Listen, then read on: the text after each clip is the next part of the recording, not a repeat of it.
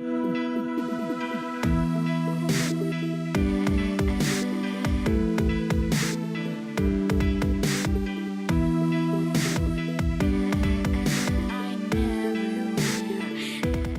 need to add a word of appreciation to this beautiful chapel that we're holding the event in. I just hope that somewhere in the middle of my talking, the roof does not fall on my head. But if it does, that would be evidence, and I would update my beliefs accordingly. I also want to... Here is the one equation that suffices to explain everything you've ever seen, unless you're a professional physicist or astrophysicist.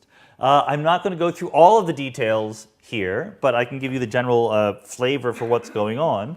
This is the quantum mechanical amplitude to make a transition from one configuration to another. And this part of the equation is basically quantum mechanics. This is, my laser pointer is dying, quantum mechanics is failing me. This is the Feynman path integral over all possible trajectories that connects the two configurations.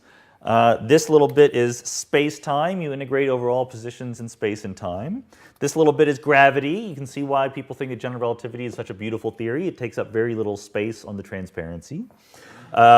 These are all the other forces of nature are contained here. They're what we call gauge forces, strong and weak nuclear forces, and the electromagnetic force. Here is matter. This is the ugly bit that is protons, neutrons, electrons, quarks, etc., muons. And this little bit is the Higgs field that allows mass and breaks the symmetries in empty space. And so you can also see why the discovery of the Higgs field was so important. It's a substantial fraction of the theory that we need to explain everything in the universe. So the claim I want to make about this equation is that 1,000 years from now, this will still be the equation that describes the particles that make up you and me in our everyday experience. And it comes down to a conflict between two major fundamental pictures of the world, what philosophers would call ontologies, naturalism and theism. Naturalism says that all that exists is one world, the natural world, obeying laws of nature which science can help us discover. Theism says that in addition to the natural world, there is something else, at the very least God, perhaps there are other things as well. I want to argue that naturalism is far and away the winner when it comes to cosmological explanation. And it comes down to 3 points. First, naturalism works. It accounts for the data we see. Second, the evidence is against theism. And third, theism is not well defined. And what you should be doing over and over again is comparing the predictions or expectations under theism to under naturalism. You find that over and over again, naturalism wins. And I'm going to zoom through these. It's not the individual arguments that are important, it's the accumulated effect.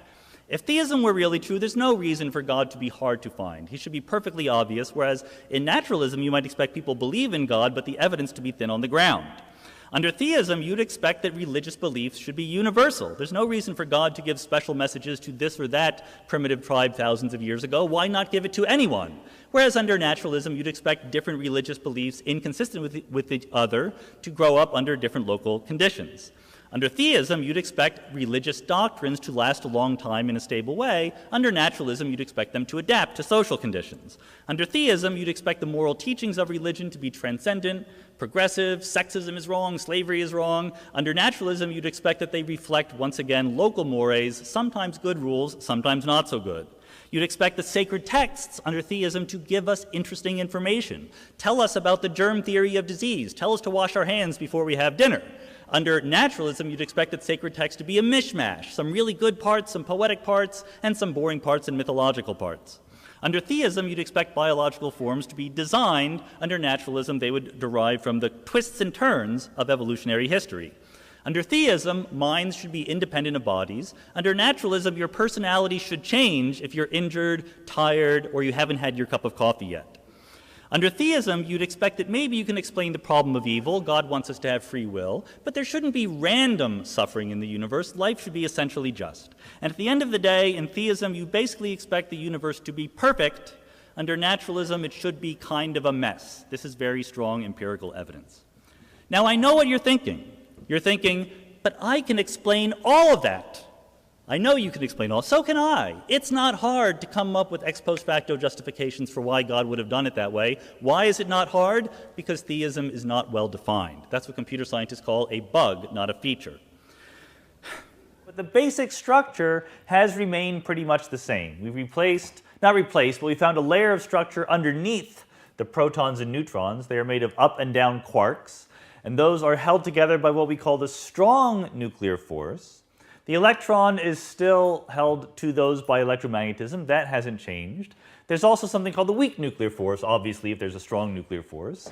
And the weak nuclear force is important. When you fuse protons together and a neutron is created, you spit out a neutrino, and that's, for example, what makes the sun shine. And gravity is still there, and in the background you can't see it very well, but there's something called the Higgs field, which we finally found direct evidence of just in this July. So now we have this picture of the fundamental ingredients of reality. This theory that is encapsulated as fundamental ingredients on the previous slide is the standard model of particle physics, plus general relativity, Einstein's theory of gravity for the gravitational force.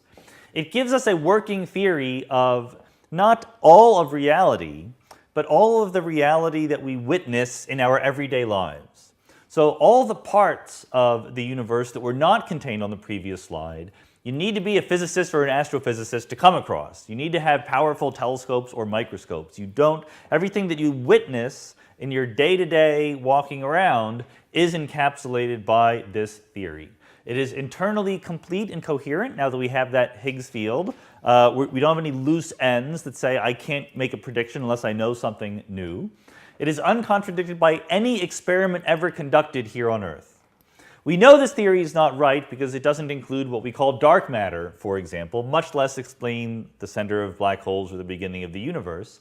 But here on Earth, try as we might, we have not done an experiment that has ever contradicted the standard model of particle physics plus general relativity. I think that's a better question because we still don't know the answer to the question, did the universe begin? You would sometimes get the impression that we know because cosmologists like myself talking to a wider audience sometimes pretend that we know the answer to this, and there's a good reason why. We have a theory. The theory of the hot Big Bang. The problem with this is that the prediction that there's a beginning, or the understanding that there's a beginning, is based on general relativity, and we know general relativity is not right. The reason we know it's not right is because, for one thing, it predicts a singularity. It predicts that things are infinite, and we don't think that that can be true. Also, general relativity is not compatible with quantum mechanics, which we do think is right. So basically, we have a prediction that the universe began based on a theory we have no right to trust.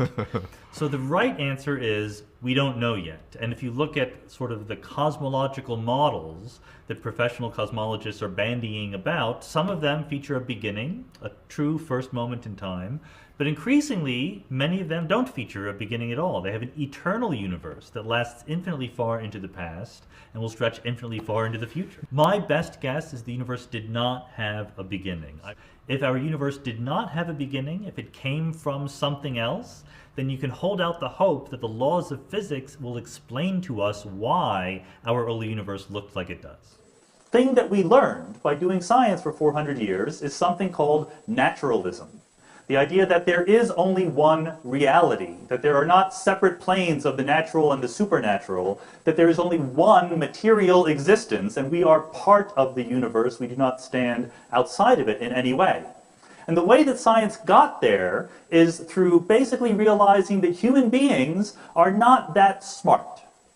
You are not Vulcans, you're not Mr. Spock, you're not perfectly logical. We as human beings are subject to all sorts of biases and cognitive shortcomings. We tend to be wishful thinkers and to see patterns where they're not there and so forth. And in response to this, science developed techniques for giving ourselves reality checks, for not letting us believe things that the evidence does not stand up to.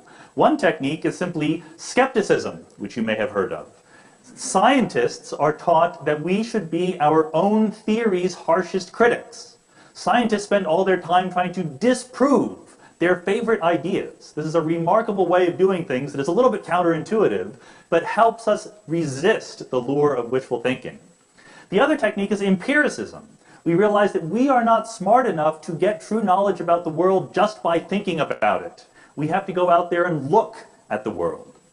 And what we've done by this for the last 400 years is to realize that human beings are not separate, that the world is one thing, the natural world, and it can be understood. This reflects something he said on his website earlier. In a similar context, he said, suppose God is more like the cosmic artist who wants to splash his canvas with the extravagance of design, who enjoys creating this fabulous cosmos designed fantastic detail for observers. So what this attitude is saying is that, well, my point is that this is not some sort of sophisticated apologetic strategy. This is an admission of defeat. This is saying we should never expect theism to explain why the universe is one way rather than some other way. You know God. God is an artist. You know artists, they're kind of quirky and unpredictable. We can't expect to know what they're going to do ahead of time. Anything you might possibly observe about the universe, according to this view, I can explain as saying that is what God would have done. In naturalism, on the other hand, you need to play by the rules. When we say in cosmology or physics that a certain parameter is finely tuned, it's not just the parameter looks funny to us, it's that we have a prior set of expectations for what values the parameter should take on, and the parameter doesn't fit those expectations. So we look for physical models that explain it, and that drive to understand things better helps us understand physics better, helps us understand the real world better. So unlike God, who is an artist and can't be predicted, nature is not an artist. Nature plays by the rules. Nature makes predictions. Nature provides explanations. Thank you.